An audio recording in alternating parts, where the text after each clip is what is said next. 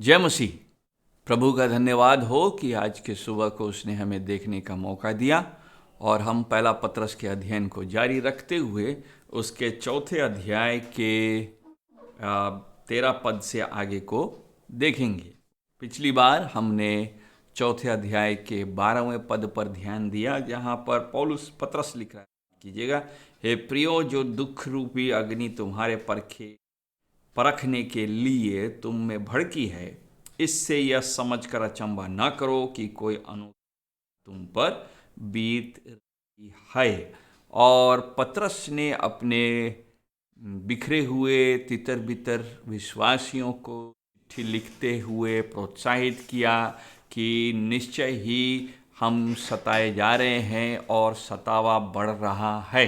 पिछली बार हमने नीरो के रोम के जलाने के बारे में ध्यान दिया था और उससे पता लगा था कि जब नीरो ने रोम को जलाया तो उसने सारा जिम्मेदारी और भार झूठा आरोप मसीहों पर लगा दिया कि उन्हीं के कारण से रोम जला, जिसके कारण से वहाँ के जितने अविश्वासी लोग थे, रोमी थे, यहूदी थे, उन्होंने मसीहों से घृणा करना आरंभ किया और वे उनको सताने लगे और उनका सतावा खुले रीति से होना आरंभ। ऐसे समय काल में पतरस उनको ये चिट्ठी लिख रहा है और आगे बताता है कि ऐसे समय में एक विश्वासी का, जिसने यीशु मसीह पर अपना भरोसा रखा है, जिसने यीशु मसीह के उद्धार को जाना है, उसका अपने रोज के जीवन को लेकर के क्या सोच विचार होगा या होना चाहिए। क्योंकि अगर हम सताए जाएंगे तो रोज के जीवन में ये जरूर है कि उस बात को लेकर के मन में चिंता उत्पन्न होगा। मसीहों के लिए यह किस प्रकार का होना चाहिए, किस प्रकार का रेस्पॉन्स होना चाहिए, किस प्रकार का रिएक्शन होना चाहिए, ये हम 13 और 14 पद को आज देखेंगे, जहां लिखता है कि पर जैसे जैसे मसीह के दुखों में सहभागी होते हो, आनंद करो, जिससे उसकी महिमा के प्रकट होते समय भी तुम आनंदित और मगन हो। फिर यदि मसीह के नाम के लिए तुम्हारी निंदा की जाती है तो तुम धन्य हो, क्योंकि महिमा का आत्मा, जो परमेश्वर का आत्मा है, तुम पर छाया करता है। 13वां पद आरंभ होता है कि पर जैसे जैसे मसीह के दुखों हो, जिस अनुपात से तुम मसीह के दुखों में सहभागी हो, जैसे जैसे का माने है जिस टू द डिग्री, यानी कि जिस अनुपात से। नाउ बाइबल ये स्पष्ट करता है कि जो विश्वासी मसीह के दुखों में सहभागी होता है, वह उस अनुपात में आशीषित भी होता है। अनंतकालीन आशीष उसके जीवन में जुड़ता रहता है। उसके लिए कई पद हैं जिसको हम देख सकते हैं। रोमियो की पत्री के 8 अध्याय के 18 पद, 8 अध्याय के 18 पद पर जब हम ध्यान देते हैं तो वहाँ पौलुस लिख रहा है कि क्योंकि मैं समझता हूँ कि इस समय के दुख और क्लेश उस महिमा के सामने जो हम पर प्रकट होने वाली है कुछ भी नहीं है। अर्थात पौलुस समझ रहा है कि यह दुख और क्लेश का होना का प्रोपोर्शनल टू वह महिमा है। अगर महिमा अधिक है तो यह कहना गलत नहीं होगा कि इस संसार में रहते समय दुख भी अधिक है। वो यही बात उसने दूसरा कुरिन्थी के 4 अध्याय में भी समझाया है। और अगर हम बाकी जगहों को देखेंगे, जैसे प्रकाशित वाक्य के 2 अध्याय के 10 पद को पढ़ेंगे, तो यह बात स्पष्ट होता है। ये समझना गलत नहीं होगा कि दुख का यीशु मसीह के विश्वास योग्यता के साथ एक डायरेक्ट संबंध है। जितना एक व्यक्ति यीशु मसीह के प्रति विश्वास योग्य होगा, उतना ही उसी अनुपात में वह संसार से दुख का सामना करेगा।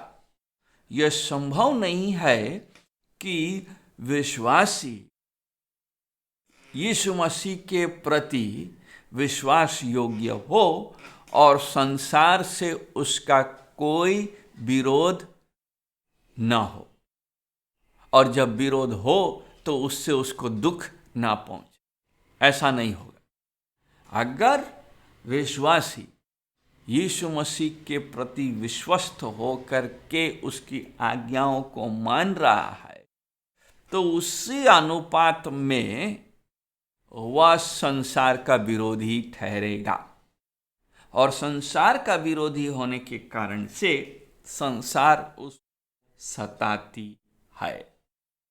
परंतु पतरस उसको और एक कदम आगे ले जा रहा है। लेकिन उससे पहले एक पद को पढ़ेंगे जो लूका रचित सुसमाचार 6 अध्याय में हमको मिलता है। लूका रचित सुसमाचार के 6 अध्याय में यीशु मसीह दुख के बारे में 22 और 23 पद में कह रहा है, धन्य हो तुम जब मनुष्य के पुत्र के कारण लोग तुमसे बैर करेंगे और तुम्हें निकाल देंगे और तुम्हारी निंदा करेंगे और तुम्हारा नाम बुरा जानकर काट देंगे। उस दिन क्या करना? आनंदित होकर उछलना, क्योंकि देखो तुम्हारे लिए स्वर्ग में बड़ा प्रतिफल है। उनके बाप दादाओं ने भविष्यवक्ताओं के साथ भी वैसा ही किया।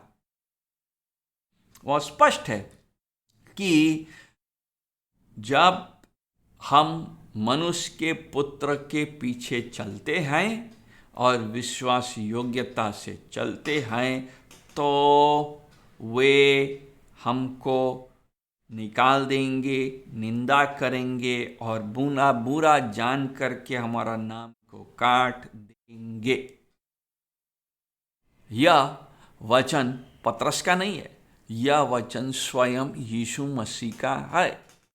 और अन्य पदों को पढ़ेंगे जहां पर इसी बात की चर्चा और उल्लेख किया गया है। ना पतरस उसको आगे ले जाता है कि जैसे जैसे मसीह के दुखों में सहभागी होते हो, ना उससे मसीह के दुखों में सहभागी होना का उद्धार के साथ कोई संबंध नहीं है।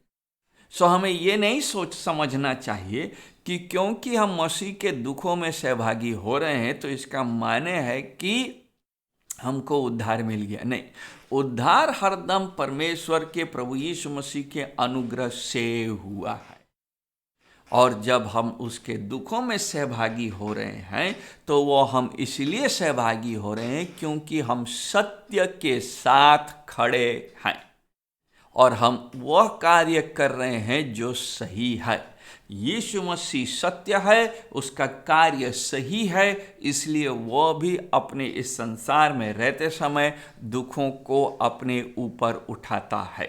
शिष्य जो उसके पीछे चलते हैं वे क्यों दुख उठाते हैं? वे दुख उठाते हैं क्योंकि वे इसी सत्य को अपने जीवन में लागू करते हैं और इसी सत्य के आधार में अपने जीवन को चलाते हैं। यह दुख उठाना उनको किसी भी प्रकार से बेहतर, या कहना चाहिए कि वो इसलिए नहीं हो गया मिला क्योंकि उन्होंने कुछ विशेष काम किया। नहीं, यह परमेश्वर के अनुग्रह के कारण से है और यह परिस्थिति प्रभु अपने अनुग्रह में उसको परखने के लिए या उसके जीवन काल में पार होने के लिए लाता है। परंतु रवैया क्या होगा, रिस्पॉन्स क्या होगा, रिएक्शन क्या होगा? वहाँ लिखा है कि मसीह के दुखों में सहभागी होते हो, जिस अनुपात से होते हो वैसे समय में आनंद करो। कीप ऑन रिजॉइसिंग, यानी कि आनंद करते रहो। यीशु मसीह संसार में जब वो था तो दुष्टों के हाथों में वह बहुत प्रकार के दुखों को उठाया, और उसके बारे में भविष्यवाणी हमको यशाया 53 में मिलता है, और वो सच होते हुए हम सुसमाचारों में निरंतर पढ़ते हैं। और जब हम यूहन्ना रचित सुसमाचार के 15 अध्याय को पढ़ते हैं तो वहाँ वो बताता है कि अगर मालिक ने दुख उठाया है तो शिष्य का दुख उठाना स्वाभाविक है। 15 अध्याय का 20वां पद वो कहता है कि जो बात मैंने तुमसे कही थी कि दास अपने स्वामी से बड़ा नहीं होता, उसको याद रखो। क्यों? यदि उन्होंने मुझे सताया, जो कि सच है, तो तुम्हें भी सताएंगे। यदि उन्होंने मेरी बात मानी तो तुम्हारी भी मानेंगे। दास अपने स्वामी से बड़ा नहीं। यही फंडामेंटल प्रिंसिपल है मसीही जीवन में। मसीही जीवन के अनुभवों को सामना करना और अनुभवों पर प्रश्न पूछने के समय में ये हमारा नेव रहना चाहिए कि दास अपने स्वामी से बड़ा नहीं होता। तो अगर स्वामी के साथ ये प्रश्न पूछा गया, स्वामी को दिक्कतें आई, स्वामी सताए गए, स्वामी को ऐसे संकट भरे ऐसे दुख भरे दिनों को देखना पड़ा है, तो दास का भी ऐसे दिनों से हो करके गुजरना स्वाभाविक है। स्वाभाविक है ना। हम जो दास हैं, हम इस फंडामेंटल प्रिंसिपल को अपने जीवन में नहीं लागू कर। हम उद्धार के लिए धन्यवादित हैं, हम अनुग्रह के लिए धन्यवादित हैं, हम लेकिन उस धन्यवाद के बाद ये खाली आशा रखते हैं, हमारी सोच ये रहती है कि हम केवल अच्छे वस्तुओं से लाभान्वित होंगे, हमको लाभ मिलेगा और हमको केवल अच्छे वस्तुओं का ही आशीष प्राप्त होगा। हम उसके दुखों में शामिल नहीं होना चाहते। शिष्य वही पाएगा जो मालिक ने दिया है, और मालिक और प्रिंसिपल यही है कि वह अपने स्वामी से बड़ा नहीं है। अगर स्वामी के साथ यह रवैया हुआ है, यह परिस्थितियां आई हैं, तो दास के साथ भी ये परिस्थितियों का होना स्वाभाविक है। अगर ये परिस्थितियां हैं तो रेस्पॉन्स क्या होगा? रेस्पॉन्स इज, तुम क्या करो? आनंद करो। Keep on rejoicing. ये कीप ऑन रिजॉइसिंग ये सांसारिक प्रतिक्रिया नहीं है। संसार के लोग जब दुख उठाते हैं तो वे दुखी होते हैं, वे कभी भी आनंदित नहीं हो सकेंगे। परंतु केवल विश्वासी के जीवन में जब परिस्थितियां विपरीत हैं और वे अपने विश्वास और अपने मालिक और प्रभु के कारण से सताए जाते हैं, उनके ऊपर में दुख रूपी अग्नि आती है, तो वे आनंद मना सकेंगे। ये रेस्पॉन्स केवल मसीही रेस्पॉन्स है।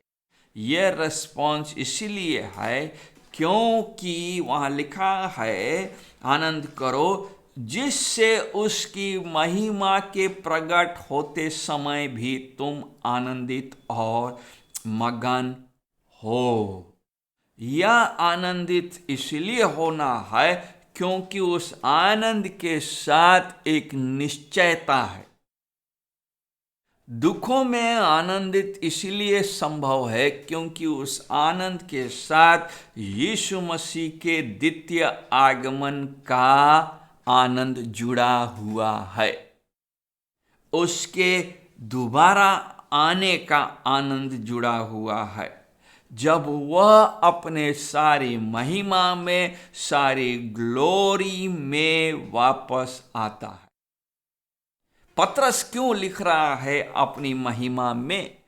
क्योंकि पतरस ने इसी अपने जीवन काल में सुसमाचार में जब हम पढ़ते हैं रूपांतर में यीशु मसीह के महिमा का झलक देखा था, और उस झलक का कोई तुलना नहीं है जब यीशु मसीह रूपांतरित हुए थे, जिसके कारण से वह कहता है कि ये जो दुख है, ये जो सफरिंग है, उसका उस महिमा के सामने तुलना है ही नहीं, बल्कि कई गुना ज्यादा है वो महिमा।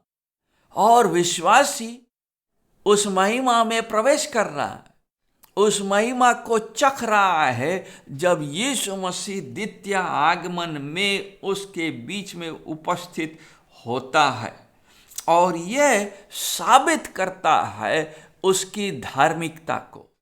विश्वासी जो धार्मिकता का गुलाम अब बन गया है, उसका सबूत इस बात में है कि वह धार्मिकता के लिए यीशु मसीह की महिमा के लिए दुख उठाने के लिए न केवल तैयार है, बल्कि वह उसके जब सामना करता है तो बड़े आनंद के साथ महिमा के प्रकट होते समय भी आनंदित और मगन होते। दूसरा कुरिन्थी 4 अध्याय का 17 पद उस आने के बारे में, यीशु मसीह के आने के बारे में बात करता है और समझाता है। दूसरा कुरिन्थी 4 अध्याय का 17 पद वो कहता है, क्योंकि हमारा पल भर का हल्का सा क्लेश हमारे लिए बहुत ही महत्वपूर्ण और अनंत महिमा उत्पन्न करता है। पौलुस ने महिमा को अनंतता के साथ जोड़ा है। यह महिमा क्षण भर का नहीं है, यह महिमा पल भर का नहीं है, यह महिमा, ये आनंद किसी वस्तु को, भौतिक वस्तु को पाने का महिमा नहीं है, बल्कि ये आनंद, ये महिमा, ये खुशी, ये जॉय, ये एग्जल्टेशन जो है, ये यीशु मसीह के साथ जुड़ा है, और ये महत्वपूर्ण है। द्वितीय आगमन ये आनंद को उत्पन्न करता है।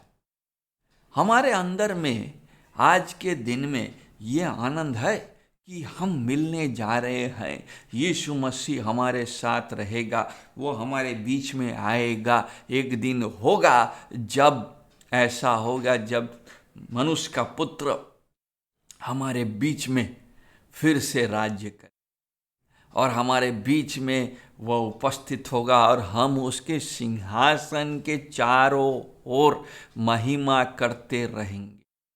क्या ग्लोरी होगा, क्या ग्लोरियस डे होगा जब यह दिन हम देखेंगे। इसलिए पौलुस कहता है कुरिन्थियों में कि इस कारण से अभी का दुख क्या है, अभी का दुख जिसको हम कई बार मनुष्य होने के नाते सोचते हैं बहुत लंबा है, बहुत समस्या है, बहुत दुख रूप, बहुत बहुत बहुत परेशानी है।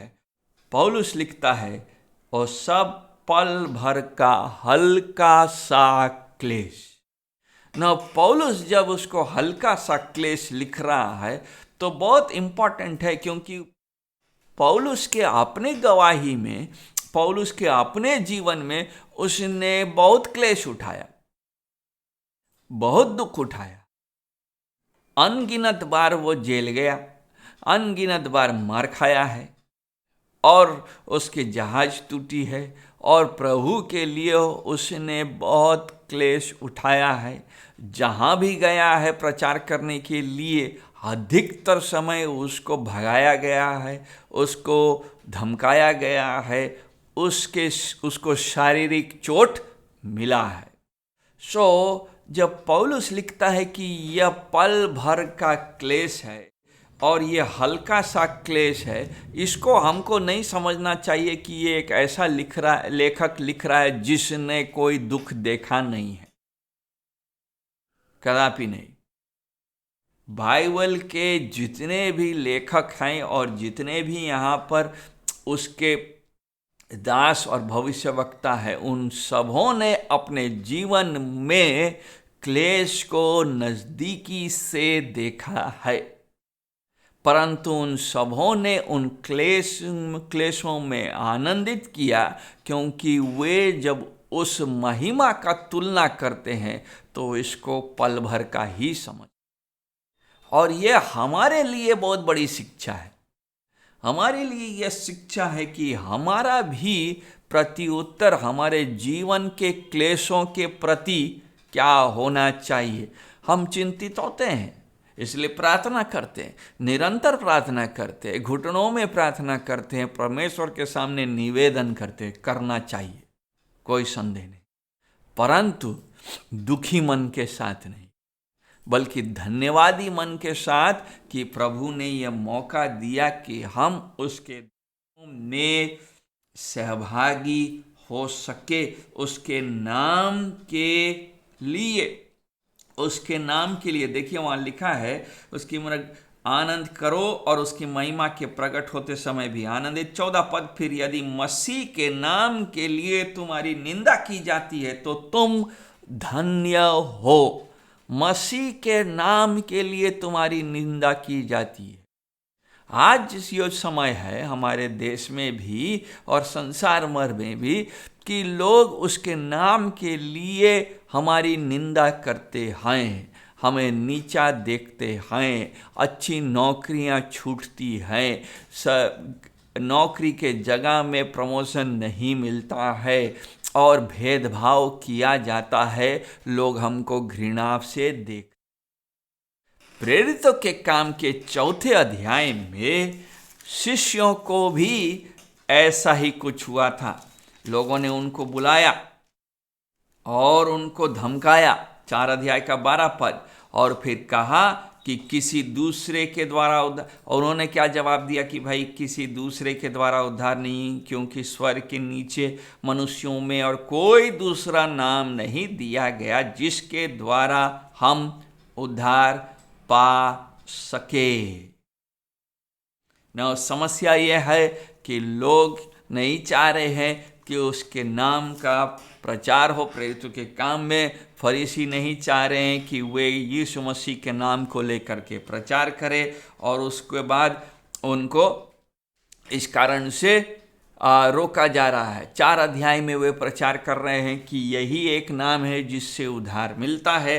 5 अध्याय में जब हम प्रवेश करते हैं तो उनको देखिए 41वां पद में वे कहते हैं कि उनको डांट डपट किया जाता है, उनको धमकाया जाता है और कहा जाता है कि पिटवाया जाएगा अगर तुम इस नाम से प्रचार करो। परंतु उनका रिस्पॉन्स क्या है? 41 कि वे इस बात से आनंदित होकर के महासभा के सामने से चले गए कि हम उसके नाम के लिए अपमानित होने के योग्य तो ठहरे। उन्होंने ये नहीं कहा कि अच्छा ठीक है हम उनका नाम नहीं लेंगे, अच्छा ठीक है हम थोड़ा सा कॉम्प्रोमाइज करेंगे, हम थोड़ा सा कोशिश करेंगे किसी तरह से इस काम को दूसरे शब्दों में दिखाने का।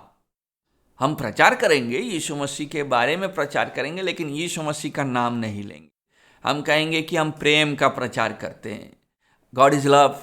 हम कहेंगे कि हम भले कामों के द्वारा परमेश्वर के प्रेम को दिखाएंगे। सो हम गरीबों के बीच में खाना बांटेंगे, हम उनको पढ़ाएंगे, हम उनको हेल्थ देंगे, हम उनको एजुकेशन देंगे, और इससे हम उनके यीशु मसीह के प्रेम को उन तक बताएंगे। भाइयों बहनों, जब तक हम उनका नाम अपने होठों से नहीं बताएंगे वे उनको नहीं जानेंगे। निश्चय चरित्र से तो जानना ही चाहिए, लेकिन चरित्र के साथ साथ होठों से उनका नाम लेना आवश्यक है। सुसमाचार का प्रचार का यही तरीका है। और प्रेरितों ने अपने समय में यीशु मसीह को उद्धारकर्ता के रूप में बताने से लजाया नहीं। उन्होंने नहीं कहा कि अरे हमको महासभा में बुलाया गया, हम धमकाए गए, हमको कहा गया कि कानूनी रीति से आपका काम करने नहीं देंगे, आपको हम आपके जितने भी रजिस्ट्रेशन है उसको कैंसिल कर देंगे।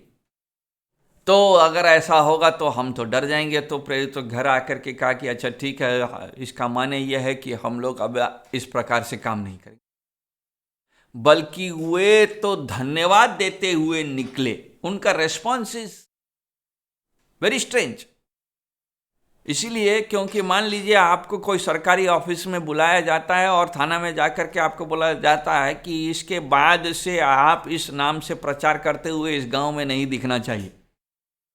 आप अगर रहते हैं तो एकदम शांत रहिए, अपने से मामला में रहिए, लेकिन अगल बगल किसी को भी नहीं बताइए आप किसके सेवा करते हैं, आप किसको मानते हैं।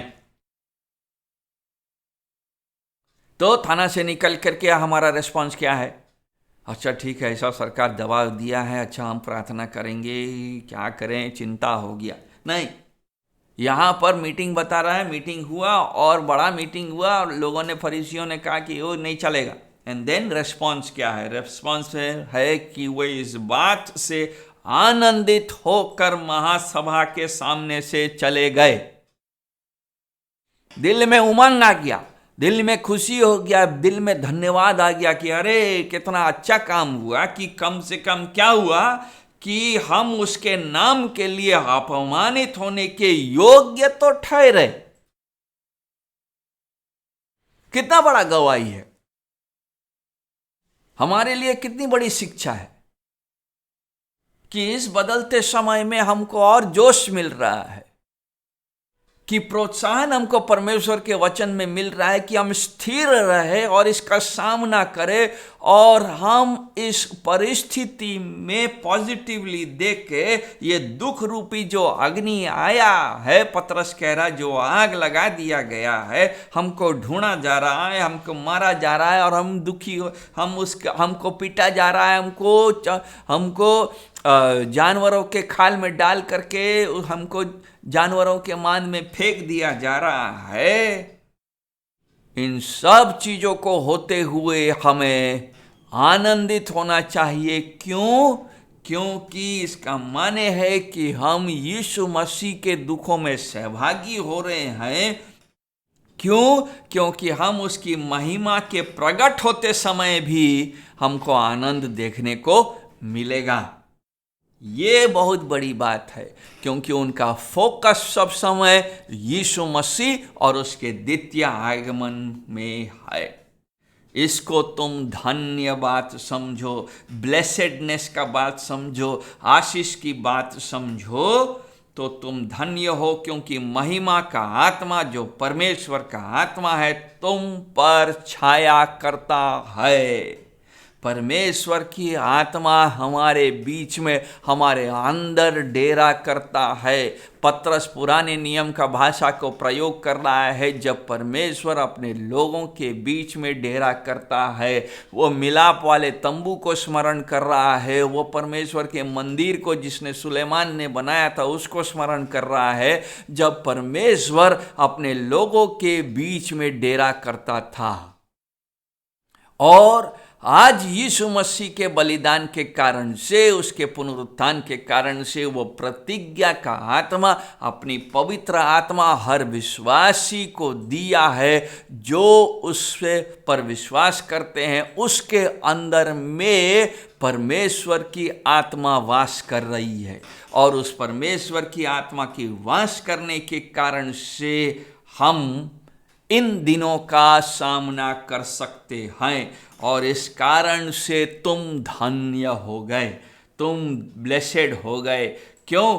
क्योंकि परमेश्वर की आत्मा तुम्हारे अंदर वास कर रही है। वो शिकायना, वो महिमा की आत्मा जो उससे हमको परमेश्वर से मिल रहा है, वो अब हरेक विश्वासी के अंदर में वास कर रहा है। और विश्वासी के अंदर में वास करने के कारण से वो हमारे अंदर में उस फल को उत्पन्न कर रहा है जो आत्मा का फल है। उससे प्रेम, उससे धीरज, उससे आनंद, उससे शांति, उससे सब प्रकार के फल, जो आत्मा के फल, विश्वास योग्यता, नम्रता और संयमता इत्यादि उत्पन्न हो। यही है आनंद का परमेश्वर करे कि यह पद जब हम ध्यान दे रहे हमको हियाव दे कि हम जब रोज अपने जीवन को आगे बढ़ाते हैं, काम में जाते हैं, नौकरियों में जाते हैं और दोस्त लोग और विरोधी लोग ताना मारते हैं और हमारे मसीहत होने पर हम पर निंदा करते हैं और हमारे संसार से अलग होने पर हम पर उंगली उठाते हैं, हम उनका हियाव से सामना दुखी मन के साथ नहीं बल्कि आनंद के साथ, क्योंकि परमेश्वर ने कम से कम इतना तो सोचा कि हम उसके दुखों के लायक हैं। परमेश्वर आपको आशीष दे और आपको हियाव दे। धन्यवाद।